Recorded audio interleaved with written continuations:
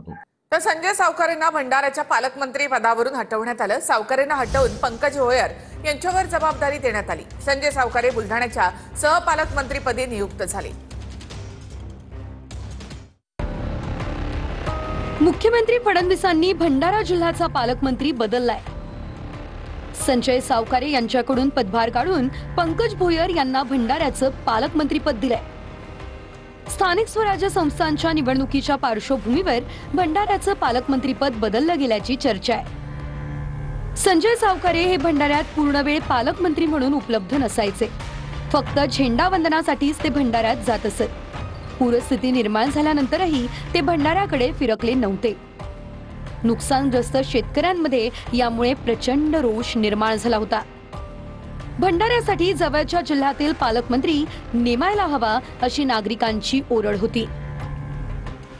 सावकारे भंडाऱ्याकडे फिरकत नसल्यानं शिंदेंच्या शिवसेनेचे आमदार नरेंद्र भोंडेकर यांची ताकद वाढायला लागली होती। त्यामुळे आगामी निवडणुकीच्या दृष्टीने पंकज भोयर यांच्यावर जबाबदारी सोपवण्यात आल्याची चर्चा आहे। भंडाऱ्याला जायला थोडं इनकन्व्हिनियंट होतोय। एखादी इमर्जन्सी घटना घडली तर तिथे वेळेवर मी पोहोचू शकत नाही, म्हणून तिथे जवळचं जर कोणी असेल त्याला दिलं तर हे बरं राहील। मला काही पालकमंत्रीपदाची अपेक्षा नव्हती, पण तरी साहेबांनी ती जबाबदारी दिली होती मला। सन्माननीय जुने पालकमंत्री सावकारे साहेब यांचं देखील काम निश्चितपणे त्यांच्या विभागामध्ये चांगलं होतं, परंतु भौगोलिकदृष्ट्या त्यांना कदाचित ते लांब पडत असावं, म्हणून ही जबाबदारी भंडाऱ्याची माझ्याकडे देण्यात आली। की ते इच्छुक नव्हते इकडे काम करण्यासाठी, कारण त्यांच्यावरती काय वेगवेगळ्या पद्धतीचे प्रेशर होतं, दबाव होतो की कोण त्यांना जास्त म्हणजे पालकमंत्री असूनही फक्त रिमोट म्हणून वापरत होते। तर ह्या अशा पद्धतीनं ते दबाव असल्यामुळे कदाचित त्यांनी स्वतः मागणी केली असेल की मला सोडायचं आहे।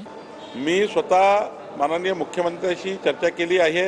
मागच्या 3 महिन्यापासून संजय सावकारेजी हे माझ्याशी बोलतात आहे की काही करून मला सलग जिल्हा द्या, सलग जिल्ह्यात सहपालकमंत्री चालेल। वर्धा जिल्ह्याचे पालकमंत्री पंकज भोयर हे सलग आहेत भंडाऱ्याला, म्हणून त्यांना जोडण्यात आला आहे।